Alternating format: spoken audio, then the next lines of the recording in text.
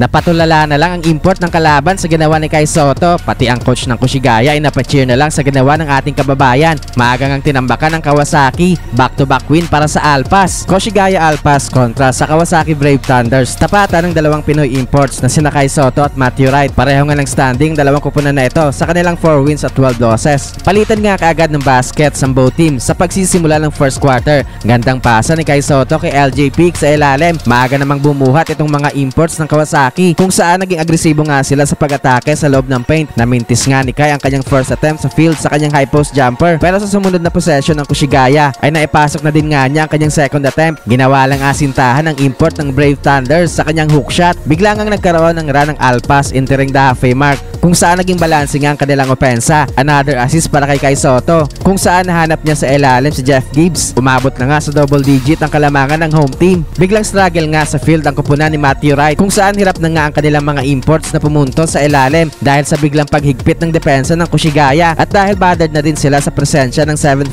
center na si Kai Sotto. Tumuloy-tuloy nga ang mainit na opensa ng Alpas sa late minutes kung saan umabot na sa 16 points ang kanilang kalamangan, 33-17 and the first frame. Second quarter ay mainit pa rin nga ang opensa ng Koshigaya kung saan umabot na sa mahigit 20 points ang kanilang kalamangan. Patuloy nga ang pagkanasa opensa ni LJ Peak at Jeff Gibbs. Naipasok na din nga ni Matthew Wright ang kanyang first field goal sa kanyang naging 3-pointer. Nagbigay nga yan ng spark sa opensa ng Kawasaki kung saan nagkaroon nga sila ng big run para ibaba sa 13 points ang kalamangan ng home team sa halfway mark na pinangunahan ng kanilang mga imports kasama si Matthew Wright, pero hindi nga na-maintain ng Kawasaki ang kanilang run na yan kung saan agad ngang nagkaroon ng counter run ng Koshigaya. Gandang setup dito ni Gibbs kay Kai sa ilalim na nagresulta ng 200 dunk ng ating kababayan. Pinakitaan pa ng 100 rebound ng Kawasaki kung saan napatulala na lang dyan ang import ng kalaban. Balik na nga sa mahigit 20 points ang kalamangan ng Alpas sa late minutes. Natapos ang second quarter sa score ng 62-41. Lamang nga ng 21 points ang Koshigaya. Third quarter ay tough break sa ating kababayan kung saan nakuha nga kaagad ni Kai Sotto ang kanyang ikatlong foul. Kaya naman agad siyang nilabas sa laro ng kanilang coach. Nagkaroon nga ulit ng run ng Kawasaki sa early minutes kung saan patuloy nga pagkana sa opensa ni Matthew Wright. Nakaka-11 points na nga so far itong si Wright. Entering the halfway mark ay binalik sa laro si Kai Sotto pero napasobra ata ang pagiging agresibo ni Kai sa opensa kung saan agad siyang natawagan ng offensive foul. Ika-4 na nga yan para sa ating kababayan. Kaya naman balik na ulit sa bench si Kai Sotto. Pero despite sa pagiging foul trouble sa game ni Kai ay na-maintain nga ng Alpas ang kanilang double digit lead kung saan step up na din sa late minutes ang kanilang mga locals sa pangunguna ni Matsuyama na biglang uminit ang outside shooting. Makakapagpabaon pa ng 21 point lead ang Koshigaya, 81-60 end of third frame. Fourth quarter ay dito pinagsimula agad si Kai Sotto. Medyo careful na nga itong gumalaw si Kai sa depensa dahil kung magkaroon pa nga siya ng isa pang foul ay mawawala na siya sa game. Gandang depensa dito ni Kai Sotto kung saan nabutata niya sa ilalim ang import ng Kawasaki. Napacheer na lang nga sa sideline ng coach ng Koshigaya. Hindi nga nagtagal ay nakuha na rin nga ni Kai Sotto ang kanyang ikatlong field goal sa kanyang putback shot mula sa mintis ni Jeff Gibbs. Pero sa 7-minute mark ay eto na nga ang kinakabahala ng coach ng Alpas kung saan nakuha na nga ni Kai ang kanyang ikalimang foul sa game. Foul out na nga ang ating kababayan na nagkaroon lamang ng 6 points, 6 rebounds, 2 assists at 1 block. Pero na-maintain nga ng Alpas ang kanilang kalamangan kaya sa huli nga ay panalo pa rin nga ang Koshigaya Alpas.